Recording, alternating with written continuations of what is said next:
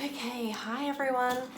Zoe checking in with you, and I'm going to go over brushes with you today. I know that when you look at a makeup artist's brush belt, it can be quite overwhelming because they just have a million brushes, especially when you go into a makeup store. They all look so similar, and do they really do different things? I'm just going to go over a few basic rules or things that you should think about when you're buying brushes and go through what I use and what I think you might need. I normally do write up a newsletter as well in note form, going through the things I talk about in these focused tutorials. So that way you have that if you're going into a MAC store or a Sephora store and you don't want to have to go through this video and figure out how many minutes in I talked about what you're looking for. That's just a good resource for you to have. So let me get started. I'm going to start with face brushes first and then work our way through. Okay, so here are some brushes that I would generally use for foundation. I'm going to start off with the original foundation brush. This is the OG of foundation brushes. When they first came out, this was basically all you could find. I would always get feedback from people that they found them quite hard to use. They would feel like the application looked streaky, they just couldn't make it even. This could be sometimes because of the quality of your foundation brush. If it was quite a cheaply made brush, then possibly that would affect the application. Also, if you are not washing your brushes, that product will be drying up on that brush and then creating more texture and streaks on the skin. So making sure that you want to clean your foundation brushes. Foundation brushes are definitely the ones that I recommend cleaning daily if you can, as a makeup artist especially, but for yourself, if you really care about your skin, normally you're using a moist product, and moisture breeds bacteria. So it is really important that you clean your foundation brushes. Your eyeshadow brushes or powder products, it's not as vital, but definitely clean your foundation brushes. When you're using something like this is quite a firm synthetic brush, and the rule of thumb is the firmer the brush, the more coverage you're going to get, or the heavier the application. The softer the brush, the softer the application is going to be. This is great if you're using a really heavy full coverage foundation and you want a heavy full coverage finish. Generally with these brushes, I would start on the inner part of the face outwards, because that's where you want the intensity to be, or the most coverage compared to the outside of the face. But you might find that using a brush like this, the makeup does kind of sit on the surface of the skin a little bit more. So you might want to go through with a damp beauty blender and sort of press that product into the skin so it looks a little bit more like skin, and yeah, it's melted into the skin a little bit. Or you can use a softer buffing brush and just sort of buff that into the skin. Next up, I will talk to you about buffing brushes. So generally, here we go, here's another one. Sorry, mine's a bit pink. I used, I think, quite a strong pink blush and I haven't been able to get it out. So again, this one here, you can see it's quite firm, whereas this one's quite soft. So you're going to get a softer coverage with a softer buffing brush and a slightly heavier coverage with a firmer buffing brush. So don't worry if you feel like, oh no, I have this one and I like a lighter coverage. You can always use a lighter coverage foundation and build it up quite well with a brush like this, or you can use a heavier coverage foundation and use a softer brush so you get a really light application. Also, how much product you pick up on the brush is going to make a difference as well. Some people use brushes like these. I find that they're too small and require too much work, so I wouldn't recommend it. I prefer things like this for cream cheek products. Or highlighting products. So yeah, I wouldn't recommend that. I do actually sometimes use this brush for my foundation as well. It's quite soft and buffing, but because it's quite small, you do get a decent coverage out of it. That's basically the 3 buffing foundation brushes. And this one here is a MAC brush. It's a 187, and this is a Zoeva brush, a 104. So these are probably my 2 go-to foundation brushes. Okay, so next, powder brushes. I find that I like my powder brushes to be slightly smaller. This would be my biggest powder brush if you look at that in the face. So I don't tend to use the ginormous powder brushes anymore. In fact, I actually gave away a couple of mine because that's how little I use them.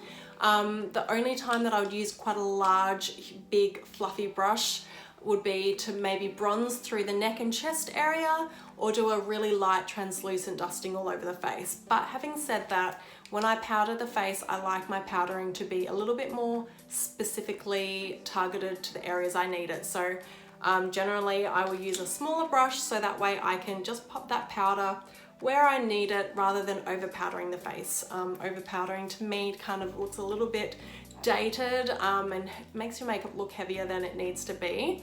Again, the rule of thumb is the softer the brush or the smaller the brush, the more coverage or pigment you're going to pick up. So just say you've got a bronzer and your bronzer is quite dark and pigmented and you find that it goes on quite harsh, you're going to want to use a softer brush and just do a really light application. Whereas if you have a really gentle bronzer, which isn't very dark at all, you might feel like you need to use a slightly smaller brush to really be able to get some intensity or definition through the face. These brushes here are great for cream blushes. I love these for cream products because they really just buff them into the skin. You can use them for powder blushes as well, but because they are smaller, be careful that it's not too pigmented or not too much of a strong color, because you might find that it goes on too heavy. So if you have to be really gentle with the touch on the skin. Don't use quite a firm motion. Again, larger tapered brushes are really great for powders as well. You get a little bit more control. They're not sort of splaying out around around the skin. And this is a really small tapered powder brush. I don't know if I can hold that up. This is great for sort of around the eye area, highlight, and again, targeted powdering. But my favorite highlight brush would be this one here. This is the 240S from MAC. This is quite a large blending brush basically. So this is my favorite brush for highlighting. Some people love to use fan brushes, but I feel like you just get a little bit more control with where you want that product to go using something like this. Okay, so next up we're going to talk about eyeshadow brushes. You will find that there are synthetic eyeshadow brushes and natural haired eyeshadow brushes. So these are what, say, a synthetic brush would look like. They're quite firm, they're quite hard. I would use products like these for either concealer, if I want a really full-on coverage concealer, or a paint pot, or like an eye base or primer that's more of a liquid product, or a moist product, so I could really sort of pack that on. But then normally I still would get a blending brush and then sort of soften that out. Or I would use something like this if I'm going to use a pigment and I want to really pack a really strong intensity onto the eye with that. One of these brushes is probably enough for anybody. The holy grail of all brushes everyone needs are the blending brushes. So here are 3 blending brushes that I'll show you. This one here is sort of like a standard, nice, fluffy and rounded tapered head. This one here is a little bit skinnier. I don't know if you can tell that in this video, but it's kind of longer and skinnier, and this one here is quite tapered. This one here, I would recommend everyone have maybe 2 of them. Having one that's clean that you can use for buffing things out if you need to, and one that you can sort of really dip into the product. So this is great even if I was to conceal, say, a heavy spot with one of those firm brushes. I would use one of these to sort of buff that out. I would use one of these for the concealer around the eye because we want that to look sort of really soft and blended in. But mainly I would use this one for that crease color that we're going to put in through this part of the eye. That needs to be flawless. Having a harsh line through that is just the worst look you could go for. So having one of these is a godsend, and have 2 of them. The reason why I have several different sizes is just say I'm putting in like maybe a soft, warm, neutral color through that lid, but then I want to create a little bit more intensity through the crease. I would use something smaller and skinnier so it still doesn't look harsh, but I'm getting a little bit more intensity because it's smaller. So again, the smaller, the firmer the brush, the more intensity you're going to get. And then this one I would mainly use, just say if I've packed in a dark color through this part of the eye and I want to keep it dark but just have it look smooth, I would use something like that for kind of really specific defined definition that I need blended out. Definitely maybe get two of these. Eyeshadow brushes for the mobile lid. I love using just something firm, natural haired and soft to put color through the mobile lid or underneath the brow. This again is going to put on that color nice and strong, smooth, give you a nice even application. Try to stay away from brushes that look like that. Do you guys remember these types of brushes? You kind of would get them in every kind of eyeshadow palette. You would get a mini one, and you'd find that you'd put them on and you'd get fallout and dust, like the eyeshadow would dust all over your face. I don't have much love for these. In fact, I don't even know why I keep them in my kit. Probably just because if in case I desperately need an extra clean brush, I've got that one there. I just don't find you get much control. You don't get a nice even application. You just get heaps of fallout because it's not fluffy enough to be a blending brush, and it's not firm enough to be a mobile lid brush. So I don't recommend getting something like that. See how it's sort of got a little bit of what's the word that I'm looking for? Puffed out top of it.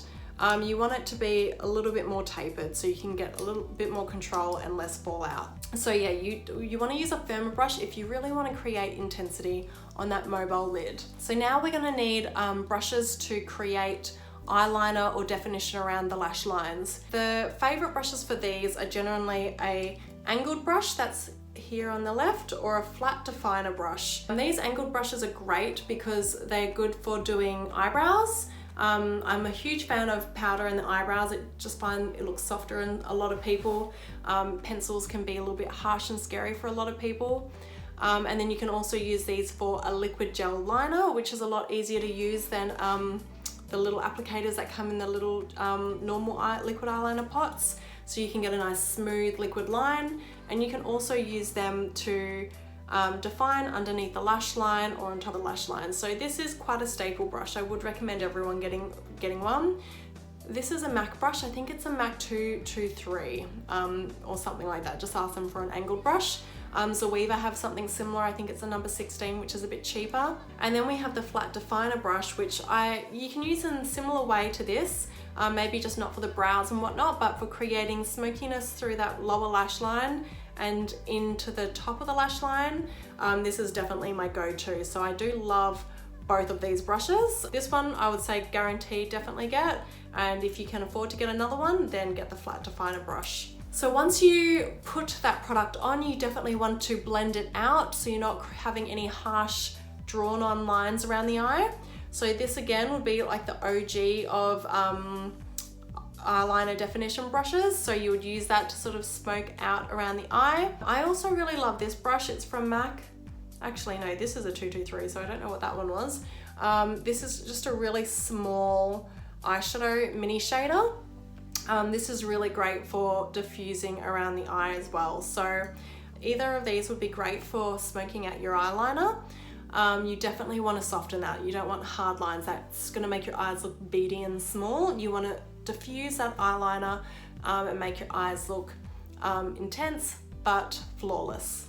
Okay, so for your contour, I like, if you're using a cream contour, I like to use something firm to blend that out. So this is my favorite one here. This is a 130 MAC brush. This is a stipple brush, and that's really easy to move a cream contour.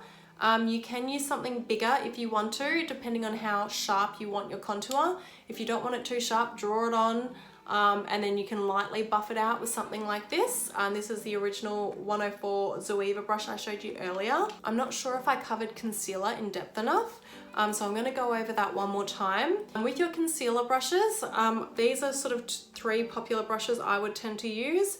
This one is a great one. It's a stipple type of concealer brush, really great for buffing around the eyes. But if you've bought a blending brush, that's what makes this brush so amazing. You can double that up as your concealer brush. That is going to really, because you want that to look really soft and diffused. You don't want it to look heavy. Even though you can use something firm like this for your concealer, I wouldn't really recommend it around the eyes unless somebody's got like maybe real darkness and you're going to really concentrate some product in that area. So you're just going to apply that first, but then I would still get a softer brush and buff that out, or get a beauty blender and press that out. These ones are great, I find, for quite large raised pimples, because you can press that onto that area, and then again you get your buffer brush and then lightly diffuse that out. That is all I'm going to say about this today. I've probably overwhelmed you enough as it is. As I've said, I'm going to give you guys the newsletter. Hopefully that helps.